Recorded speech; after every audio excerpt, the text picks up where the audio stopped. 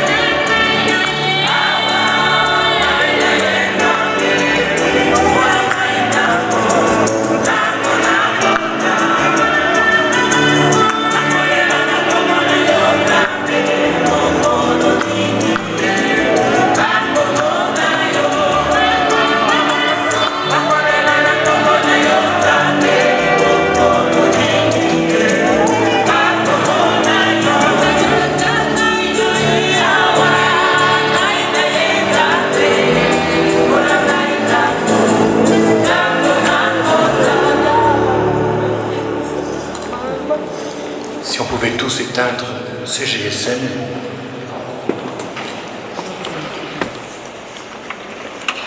Au nom du Père et du Fils et du Saint-Esprit.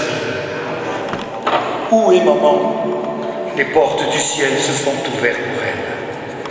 Son prénom est accompli, son prénom Joséphine veut dire celle qui grandit. Viens, entre dans la joie de ton maître.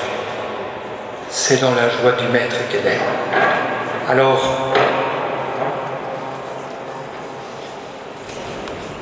nous allons nous tourner vers le Seigneur, la confier à sa miséricorde, mais qui s'est déjà accomplie pour elle.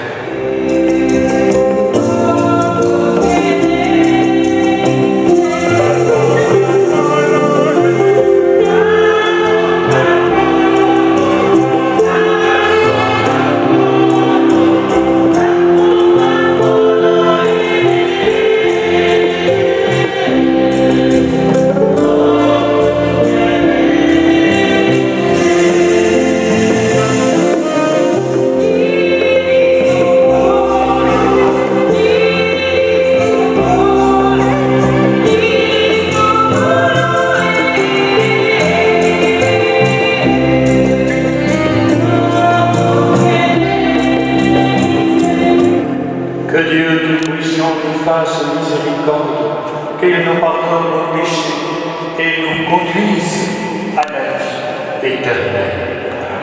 Maman Joséphine, qu'on appelait Madame José,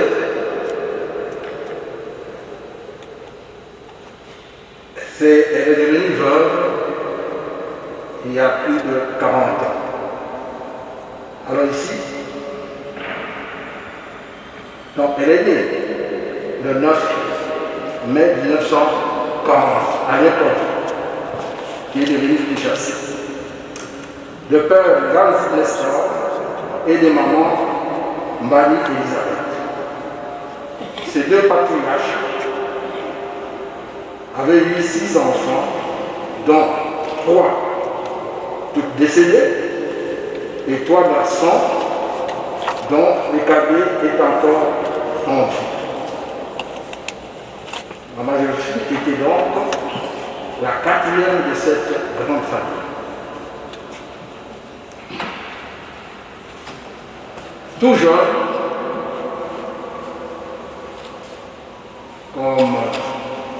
comme vous l'en accueillez à Kinshasa, ce n'est pas que elle est venue habiter Kinshasa. Kinshasa, c'est leur village, leur terre. Donc, elle a vu cette ville s'agrandir. Elle est venue ce qu'elle est. Elle a fait donc ses études primaires et moyennes, section monitrice à l'école Saint-Pierre de Kinshasa jusqu'à l'obtention de son diplôme de monitrice. À l'époque, à Saint-Pierre, il y avait une partie pour les garçons et une partie pour les filles. Et les filles devraient étudier primaire et l'école de monitrice, l'école moyenne à l'époque, était de l'autre côté, du côté du stade. En fait, pour sa génération, c'était, quand il a obtenu son diplôme, c'était un diplôme de grosse pointure qui lui a permis d'accomplir une belle et brillante carrière dans l'enseignement et dans la fonction publique. Vous savez que nos sœurs, nos grandes sœurs, nos mamans qui sont nées pendant la guerre, parce qu'en 40, il y avait encore la guerre. Beaucoup n'ont pas été à l'école. Elle a eu ce privilège-là d'étudier jusqu'à avoir son diplôme de monitrice. Parce qu'elle se distingua dans l'enseignement, dans ce qu'elle appelait. Alors, terminant ses études, comme étant, comme toute jeune fille de sa génération, elle s'est mariée avec son défunt mari, M. Joseph Issa Ilosa. De ce couple, elle eut 9 enfants, dont 6 filles et 3 garçons. Et ces enfants lui ont donné 40 petits-enfants, 17 arrière-petits-enfants et 2 arrière-petits-enfants.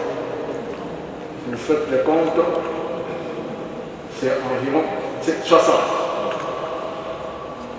Donc, de son vivant, elle a eu une grande bénédiction de voir 4 générations d'enfants. Je crois à ces propos,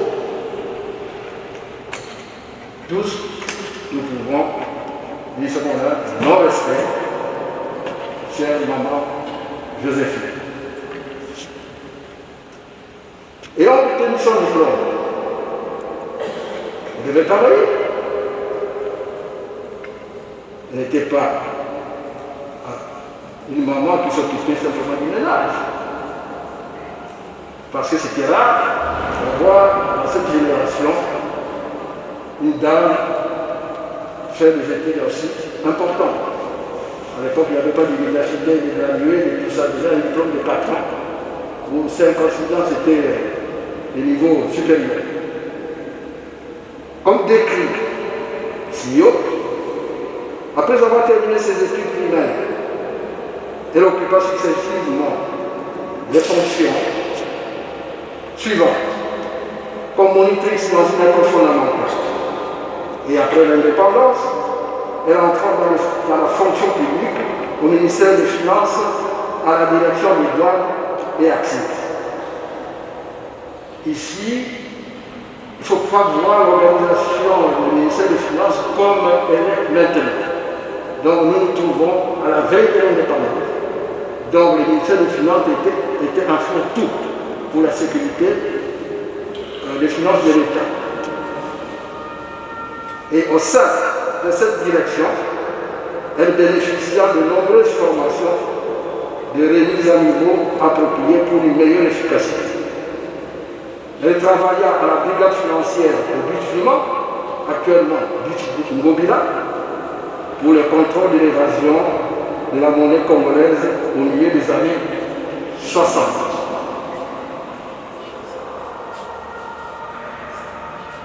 Et en travaillant quelques années après, donc quelques années plus tard, à cause des responsabilités familiales devenant pesantes et en accord avec son défunt mari, elle sollicita une pause carrière définie par le statut de la fonction publique. Malheureusement, au courant de cette période, son mari tomba malade et quitta de ce monde au premier trimestre de 1980. Notre chère maman Joséphine traversait une période très difficile à la mort de son mari pour des raisons suivantes. Obligée de faire un deuil de plus d'une année, comme l'exige parfois la coutume, et elle est restée seule à gérer ses enfants tout en étant en pause carrière. Mais l'Éternel n'abandonne jamais ses serviteurs. Un jour, dans son questionnement de trouver des solutions à ses problèmes, quelqu'un de la famille de son mari vient lui rendre visite. Et au cours de la conversation, ce dernier lui proposa, si possible, de reprendre son travail en sollicitant le concours de son directeur. Notre maman prit un temps de réflexion. Il faut reconnaître qu'elle avait un caractère calme, comme on appelle taciturne. Elle écoutait. Quand vous lui parlez, elle écoutait. Ce qui est dû de sa formation en tant qu'enseignante. Parce qu'elle avait appris en méthodologie et en pédagogie. Elle était très pédagogue. Elle a pris un temps de réflexion. Je crois que cela a été accompagné, comme nous les chrétiens, d'une petite dose de prière. Et finalement, elle a suivi les conseils de ce porteur de message et avait repris le travail sans problème, avec tous les avantages d'ancienneté déjà acquis antérieurement.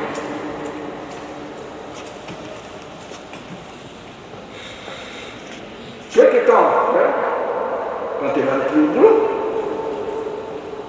par la grâce de Dieu, elle obtint une bonne promotion en devenant perceptrice du marché de Zilida, que vous connaissez, le pont Casablanca, jusqu'à ce que la santé ne lui permettait plus de travailler.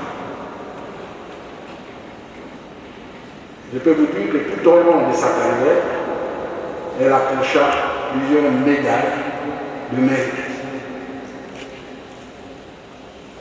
Et dans ce parcours, en 1999, comme son état de santé s'est dégradé de plus en plus, ses enfants ont décidé de la faire venir en Belgique pour bénéficier de soins médicaux et d'encadrement approprié. Je peux vous témoigner que pendant cette période difficile qu'elle traversait, sa progéniture lui a apporté toute l'affection et l'attention jusqu'à son dernier souffle à la date fatidique du 30 septembre. Et ça, c'est dans sa vie de tous les jours. Mais je vous dis qu'elle priait. Maintenant, nous allons parler de ça, de ses convictions religieuses, comme vous dites, de la vie chrétienne. Au regard de tout ce que je viens de vous résumer, de manière succincte, je crois que vous l'avez déjà deviné, dans sa relation avec le Seigneur, pour les personnes qui l'ont côtoyé pour peu de temps qu'elle a passé avec nous, malgré son état de santé fragile. Elle était chrétienne, catholique, depuis son jeune âge jusqu'à son dernier souffle. Elle n'avait jamais vagabondé d'une église à une autre, malgré les aléas de la vie. Elle implorait toujours Maman Maria avec son chapelet en main. De son vivant, la Bible et le chapelet étaient ses armes de protection. Elle était toujours une servante engagée de Dieu pour toutes les paroisses qu'elle avait vécues, entre autres Saint-Ulysse en Guinée, Saint-Michel en Bandalou, et enfin Saint-Amand de l'unité Quartier-Mondé. Est-ce que de tout ça, comme il nous a quittés, a-t-elle délégué ses convictions? C'est la question qu'on peut se poser.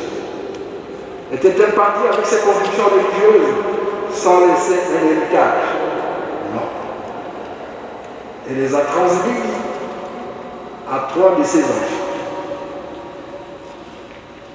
à Florence, que vous connaissez bien pour son engagement dans cette basilique, à sa fille Dodo, qui est très engagée dans les activités chrétiennes à Paris, et à son fils Saint Joseph, impliqué dans le groupe des chants religieux, des chants chrétiens. Voilà en quelques lignes sa vie. Je suis un peu étonné de la présentation qui a été faite de maman. Il manque beaucoup. Est-ce qu'elle a eu 9 enfants? Est-ce qu'au Congo, dans la culture, quand on considère les enfants des autres comme ses propres enfants, est-ce que ce ne sont pas les enfants de la maman? Oui ou non? Oui. Elle a eu bien plus que 9 enfants. Elle a eu un cœur large.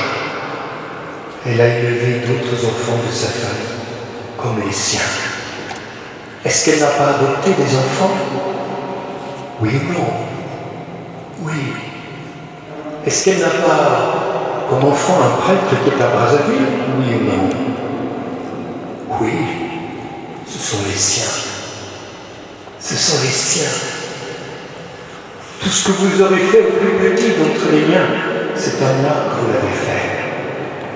Maman Joséphine avait un grand cœur. Un cœur encore plus large que pour les enfants qu'elle a conçus elle-même.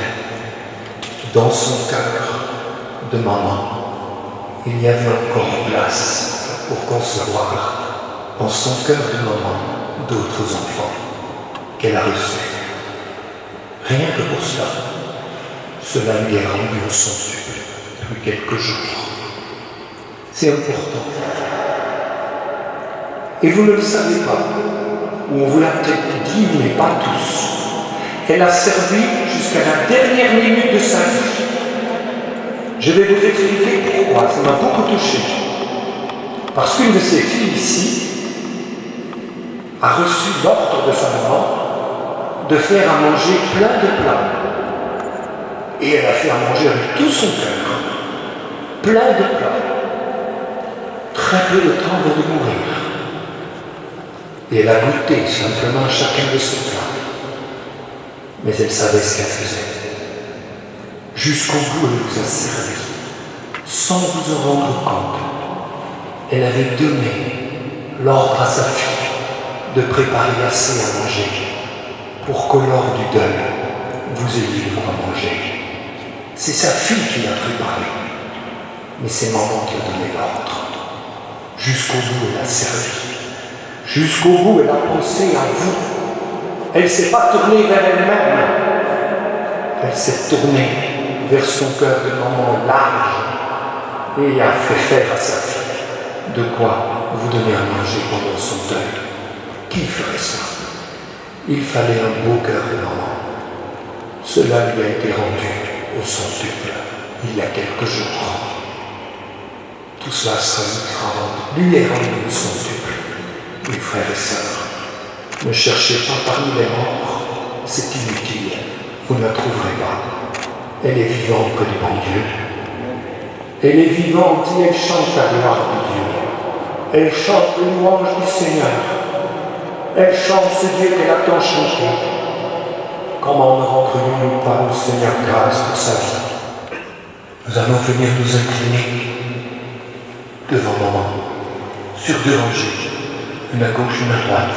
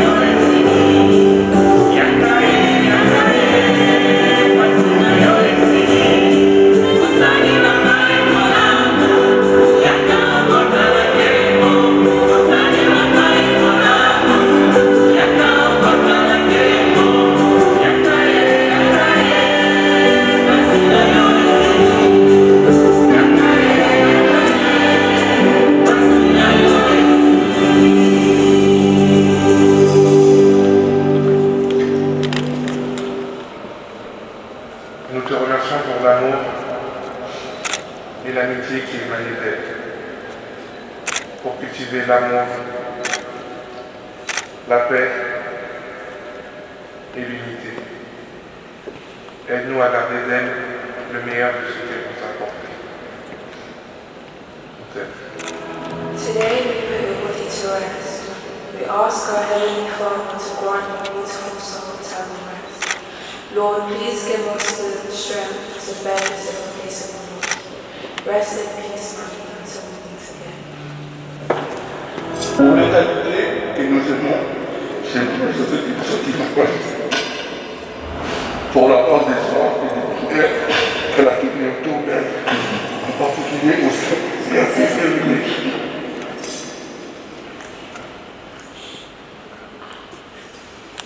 Nous te remercions, Seigneur.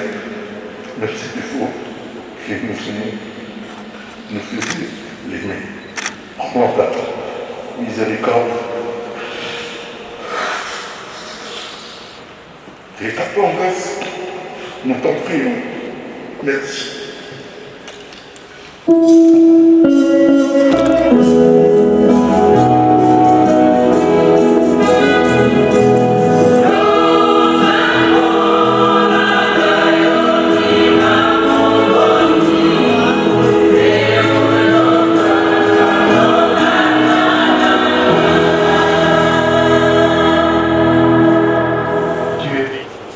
Notre Père, qui es aux cieux, que ton nom soit sanctifié, que ton règne vienne, que ta volonté soit faite sur la terre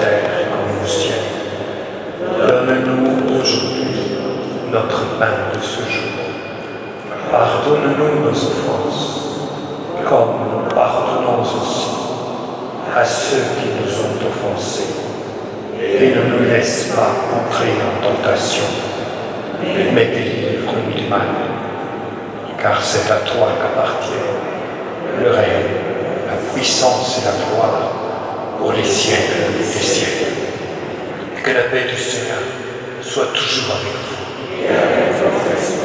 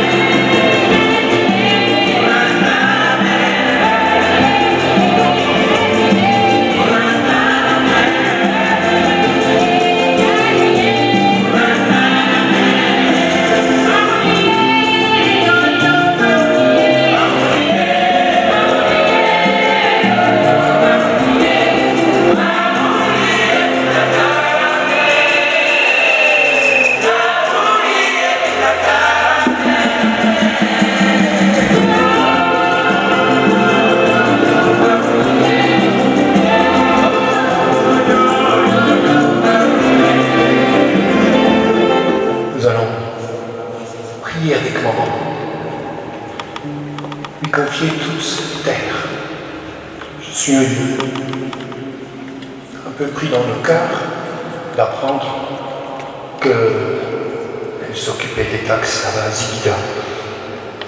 Quand j'étais à Kinshasa, c'est un lieu qui m'a beaucoup touché.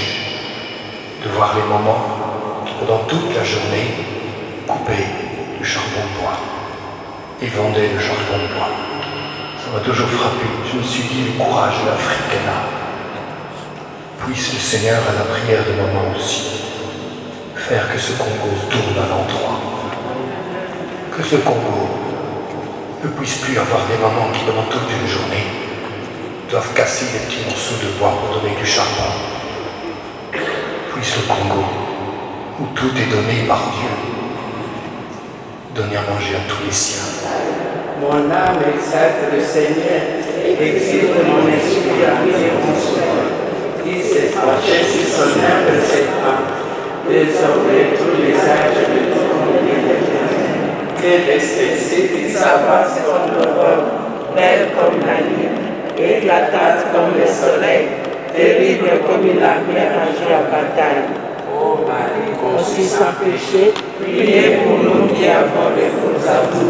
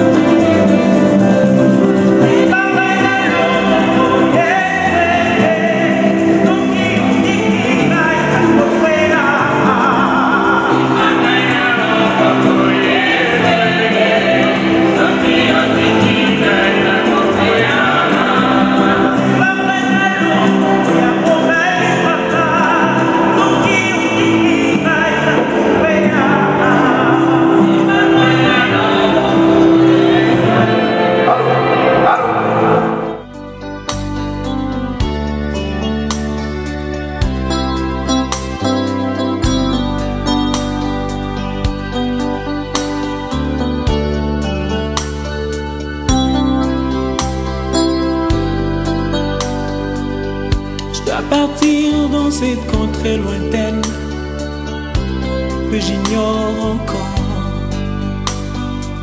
là où il y a la paix sans peine, mais pas avec ce corps.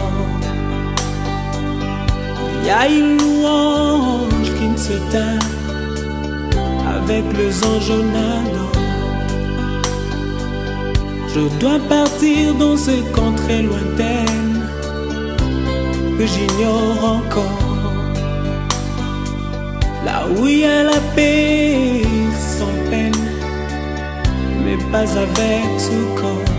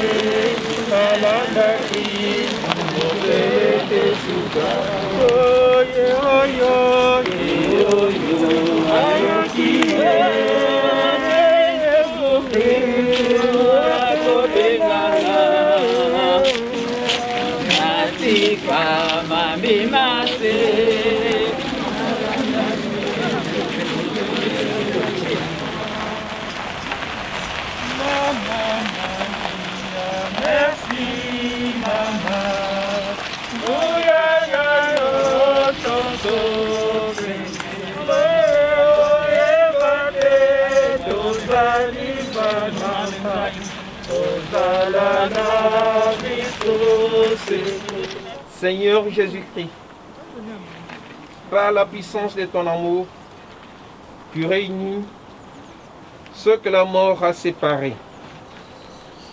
Fais-nous entrer dans une communion nouvelle avec Joséphine, jusqu'à l'heure où nous reverrons son visage dans la maison du Père. Amen. Amen. Aujourd'hui, vous venez de perdre une maman, une grand-mère, mais on vient également de perdre une grande dame, non pas par sa taille, mais par son cœur.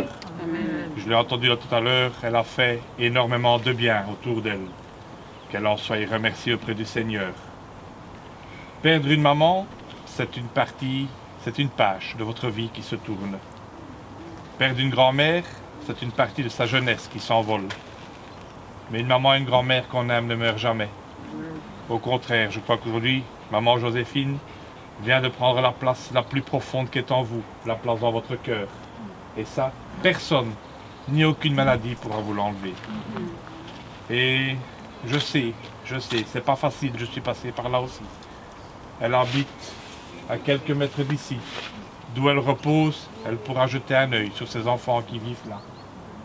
Et quand vous penserez à maman Joséphine, ne pleurez pas, ne versez pas une larme, mais faites-lui un beau et tendre sourire. Je crois que c'est le plus beau des cadeaux que nous puissions encore faire à une maman. Malheureusement, c'est ici que nous allons lui dire au revoir. Non pas adieu, par là où elle va, elle finira et elle verra toujours à jeter un petit œil sur nous. Aimons-nous vivre,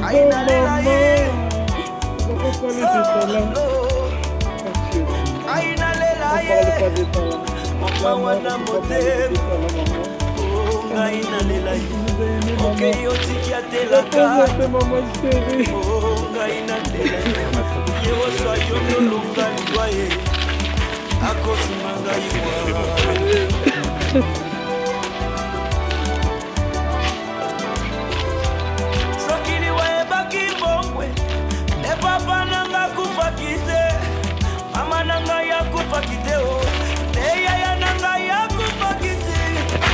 Oh, liwaye, heye bimbongote, heye bibola kute, heye bikonseyete, heye bikitokote, heye bisemabir, sokiliwaye baki docteur, oya zala kikotete papa.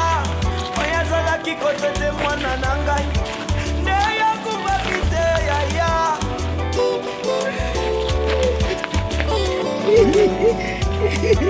Baoyo nyoso bako Tole kibango na bongo te Tole kibango na bola mute Tole kibango na kito Tole kibango na koyemba te Ezali sema wananza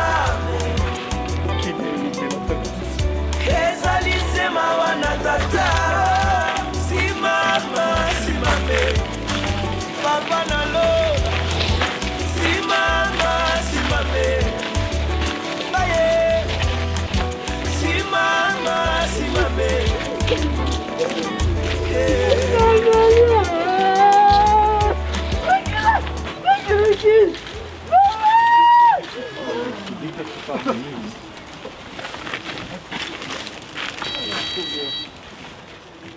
Papa, merci.